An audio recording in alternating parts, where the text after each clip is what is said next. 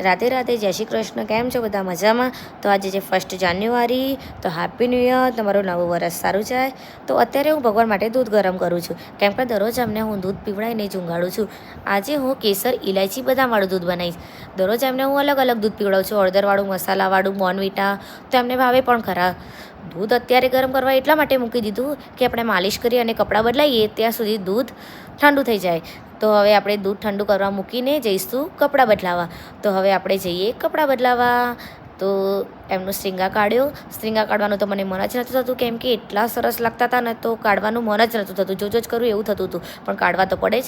તો હવે એમની હું માલિશ કરીશ. તો મેં માલિશ કરવાનું ચાલુ કરી દીધું છે, અને માલિશ કરાવી તો એમને એટલી ગમે ને, અને મને પણ એમને માલિશ કરવાની બહુ ગમે. તો પછી માલિશ કરીને પછી મેં એમને નાઇટ ડ્રેસ કાઢ્યો. એમને બતાવતી હતી કે કયો પહેરવો છે. પછી મેં લાઇનિંગવાળો ચૂઝ કર્યો, કેમ કે એ સ્વેટર જોડે મેચ થતો હતો. તો નાઇટ ડ્રેસ પહેરાવી દીધો. હવે હું એમના માટે કેપ કાઢીશ. તો કેપ પહેરાવતા એટલા નટખટ ને આખી કેપ પહેરી લીધી. પછી મેં સરખી કરી અને હવે હું જઈશ દૂધ લેવા. દૂધ ઠંડુ થઈ ગયું હશે તો હવે હું ઉપરથી કેસર નાખી દઈશ અને ક્રશ કરેલી બદામ પણ નાખી દઈશ. તો હવે દૂધ પીવડાવીશ. દૂધ પીતા પણ એમના એટલા નખરા કરીને જ દૂધ પીવે. તો હવે હું બેડ ઉપર અત્તર લગાવી દઈશ, કેમ કે સ્મેલ સારી આવે. તો હવે પંચાવાળું સ્વેટર પહેરાવી દઉં અને હવે લોરી વગાડીને અને ગાઈને એમને સરસ રીતે ઊંઘાડી દઉં. એ ઊંઘે એટલે એમની બાજુમાં હું દરરોજે નાસ્તો મૂકું છું, બાસુરી મૂકું છું. એમ કરીને બધું એમનું કમ્પ્લીટ કરીને જ ઊંઘવાનું. પછી ગુડ નાઇટ. રાધે રાધે.